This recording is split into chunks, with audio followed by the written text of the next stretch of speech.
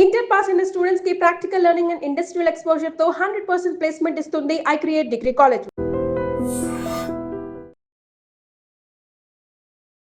Hi hello నమస్తే welcome back to iDream media. ₹1,00,000 బహుమతి ఇస్తారంట తమిళనాడులో. సీఎం విజయ్ చెప్పిన మాట దేనికోసమో తెలుసా? ఎవరైనా ప్రభుత్వ అధికారి కనీసం ఒక ₹10,000 లంచం తీసుకుంటున్నట్టు ఒక వీడియో ప్రూఫ్ సబ్మిట్ చేసినట్లయితే అలా సబ్మిట్ చేసిన వారికి బహుమతిగా ₹1,00,000 ఇస్తారంటున్నారు. మరి ఇది ఎంతవరకు సాధ్యం?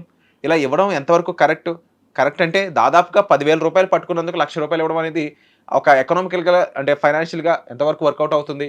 ఈ విషయాలు మనం తెలుసుకుందాం. ఈరోజు ఈ విషయాలు మనకు తెలియజేయబోతున్నారు జియో పొలిటికల్ అనలిస్ట్ అయిన మందడి కృష్ణారెడ్డి గారు. సార్తో మాట్లాడదాం. నమస్కారం సార్. నమస్కారం అండి. విజయ్ సినిమా స్టారే కాకుండా ఇప్పుడు సినిమాటిక్ లెవెల్లో తమిళనాడులో పాలిటిక్స్ని రూల్ చేస్తారని చెప్పడంలో ఎటువంటి డౌట్ లేదు. టు బీ ఫ్రాంక్ చెప్పాలంటే ఒకప్పుడు సినిమాల్లో చూసేవాళ్ళం ఇలాంటి నిర్ణయాలన్నీ కూడా. అయితే అతను ఈ ₹1,00,000 బహుమతి గురించి మీరేమంటారు? ఇది ప్రాక్టికల్గా వర్కౌట్ అవుతుందంటారా? విజయ్కి పొలిటికల్ ఎక్స్పీరియన్స్ లేదు. Is not a politician. సినిమాల లోపల సహజంగా ఏంటంటే హీరోయిజాన్ని పెంచడానికి ఇలాంటి ప్రయోగాలు చాలా చేస్తూ ఉంటారు.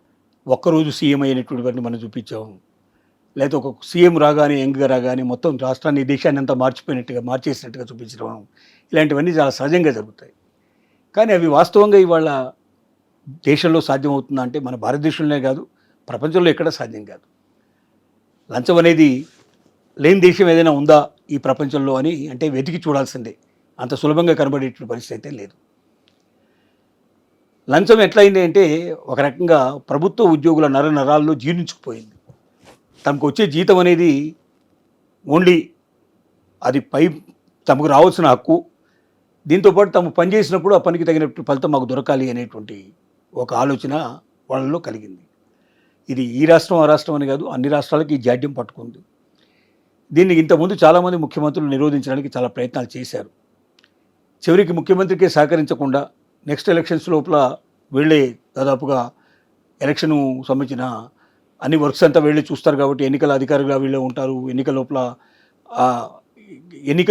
ఎన్నుకోబడేటువంటి పరిస్థితులప్పుడు కూడా అభ్యర్థి ఓటేసేటప్పుడు కూడా వీళ్ళ పాత్ర చాలా ఎక్కువ ఉంటుంది. అక్కడ ఎంప్లాయీస్ యొక్క పాత్ర ఎక్కువ ఉంటుంది. అలా ఎంప్లాయీస్ అంతా ఏకమైపోయి ఆ ముఖ్యమంత్రులనే మార్చేసినటువంటి, ఆ రాజకీయ పార్టీలనే మార్చేసినటువంటి సంఘటనలు మనకు చాలా ఉన్నాయి. సరే, ఏదేమైనప్పటికీ ఒక చాలా గొప్ప డెసిషన్. ఒక ₹1,000 ₹10,000 కూడా కాకుండా ఒక ₹1,000 ఎవరైనా ₹1,000 పైన ఉండేటువంటి ఏ లంచం ఎవరు తీసుకోవడానికి సిద్ధపడ్డా నాకు ఇన్ఫర్మేషన్ ఇవ్వండి. దాంతోపాటుగా దాన్ని రుజువు చేసేటువంటిది మీ దగ్గర ఏదైనా అది వాస్తవం కాదా, ఎందుకంటే ఎవరి మీద ఒకరి మీద మనం ఎలిగేషన్ చేయకుండా వాస్తవం కాదా అనేటువంటి విషయాలు మీరు రుజువు చేయగలిగితే మీకు వెంటనే ₹1,00,000 నేను ఇస్తాను. ఆ అధికారిని పట్టుకుంటాం, అతను వెంటనే సస్పెండ్ చేయడం కానీ అతని మీద యాక్షన్ తీసుకోవడం కానీ మేము చేస్తాం అని ప్రకటించాడు. ఇది జనంలో పెద్ద జోష్ చేసేటువంటి విషయం. ఓహో, మా ముఖ్యమంత్రి గారు బ్రహ్మాండంగా చేస్తున్నారు అని. కానీ ఇది నిరూపించడం చాలా కష్టమైన విషయం. నెంబర్ 1 ఏం జరుగుతుందంటే లంచం తీసుకునేవాడు ఎవడు కూడా డైరెక్ట్గా లంచం తీసుకునే ప్రయత్నం చేయకపోవచ్చు. ఇప్పటిదాకా తీసుకున్నవాడు ఇది ఉంది కాబట్టి ఎలాగైనా అనవసరంగా ₹1,000 ₹1,00,000 వాడికి వస్తాయి కాబట్టి ₹1,000 ₹2,000 అయినా ₹10,000 అడిగినా వెంటనే వాడు ఏ రికార్డు చేసేసి చేస్తాడనేటువంటి భయం వాడికి ఉంటుంది. కాబట్టి వాడి జాగ్రత్తలు వాడు తీసుకుంటాడు. వాడు చెప్పకుండా ఎవరితోటో చెప్పించడమో ఏదో రకంగా చేయడమో, వాడికి అర్థమయ్యేటట్టు చేయడమో, లేక అసలు పనే చేయకుండా పెండింగ్లో పెట్టి చాలా రోజులు తిప్పడము, ఈ తప్పు ఆ తప్పు ఉందా పొరపాటు ఉందని వీళ్ళ మీద ఎత్తి చూపించి వీళ్ళనే దానికి బాధ్యులు చేయడానికి ప్రయత్నం చేయడం, ఇలాంటి కొన్ని జరిగేటువంటి పాసిబిలిటీస్ ఉన్నాయి. కానీ ఇది ఒకవేళ ఇంప్లిమెంట్ అయితే చాలా గొప్ప పరిపాలన జరిగే అవకాశం ఉంది. ఎందుకంటే ₹1,000 అంటే ₹1,000 మినిమం పెట్టాడుగా. ₹1,00,000 అయినా ₹10,000 అయినా ₹50,000 అయినా ఎంతైనా సరే దానికి ఎవరైనా లంచం తీసుకోవడానికి ప్రయత్నం చేసినట్టయితే ఆ లంచాల గురించి ఇన్ఫర్మేషన్ నాకు ఇవ్వండి, వాళ్ళ మీద యాక్షన్ తీసుకుంటాను, మీకు బహుమానం ఇస్తానని చెప్పి పెట్టాడు. ఇది జనం ప్రతి ఒక్కడూ ఎవడు దొరుకుతాడో నాకని ఎదురు చూసే ప్రయత్నం జరుగుతుంది. తప్పనిసరిగా ఇది జనంలోకి విపరీతంగా వెళ్ళిపోతుంది, క్రేజీ అవుతుంది.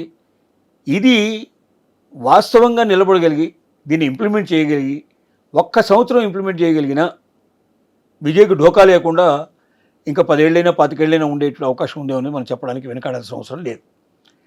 కానీ ఇది ప్రాక్టికల్గా సాధ్యమా అనేటువంటి ప్రశ్న చాలామంది మేధావుల లోపల తోలుస్తున్నటువంటి ప్రశ్న.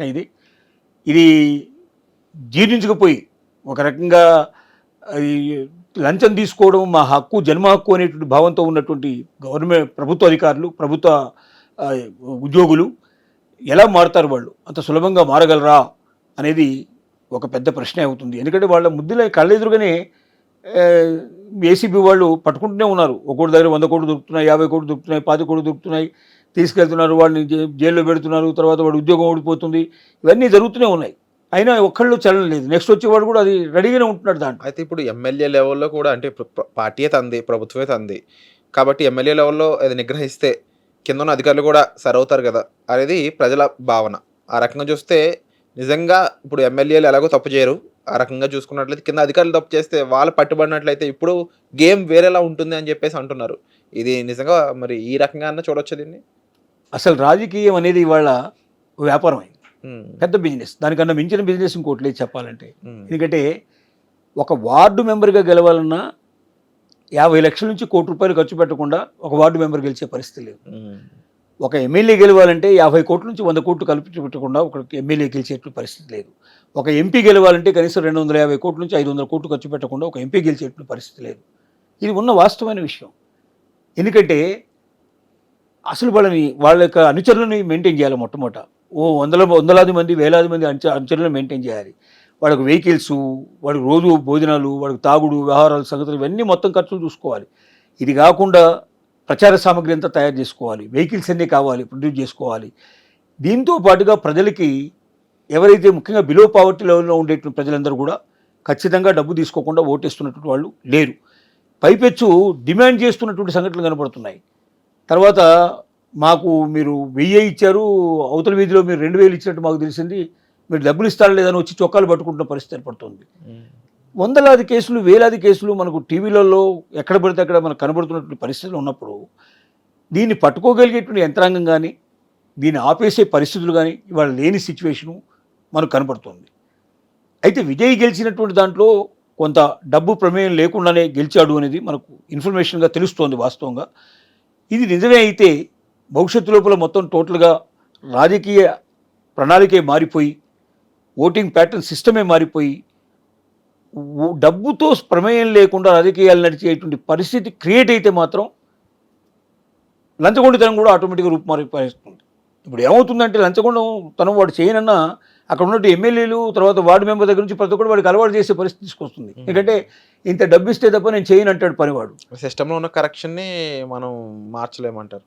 ఒక ఇల్లు కట్టాలన్నా, చిన్న పాన్ షాప్ పెట్టాలన్నా వాడికి ఎమ్మెల్యేకి డబ్బులు ఇవ్వకుండా, లేదా మున్సిపల్ వార్డు మెంబర్కి డబ్బులు ఇవ్వకుండా, మున్సిపల్ కమిషన్ డబ్బులు ఇవ్వకుండా, లేదా మున్సిపల్ చైర్మన్కి డబ్బులు ఇవ్వకుండా అది సాధ్యమయ్యే పని కావట్లేదు.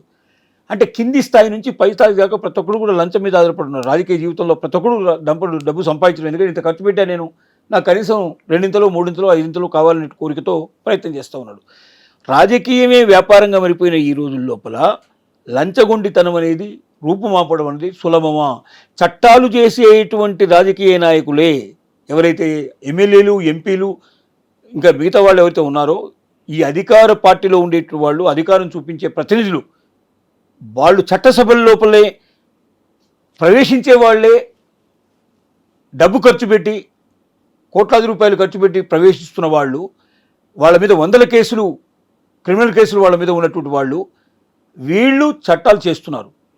వీళ్ళు చేసే చట్టాల వల్ల ఎంతవరకు సమాజానికి మేలు జరుగుతున్నది మనం ఆలోచించుకోవాల్సిన విషయం. అనుభవజ్ఞులు అలాగే ఎక్స్పీరియన్స్డ్ జర్నలిస్ట్ అయిన సార్ ఇలా చెప్తున్నప్పుడు డెఫినెట్లీ ఇందులో మార్పు మరి నిజంగా విజయ్ చేయగలడా అనే డౌట్ అందరికీ ఉంది.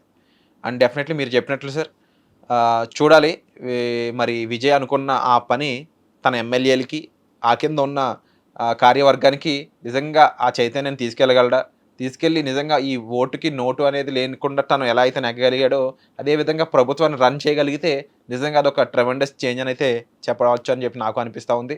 మరి ఈ విషయంపై మీ ఒపీనియన్ అంటే తప్పకుండా మన కామెంట్ సెక్షన్లో షేర్ చేసుకోండి. Thank you so much sir.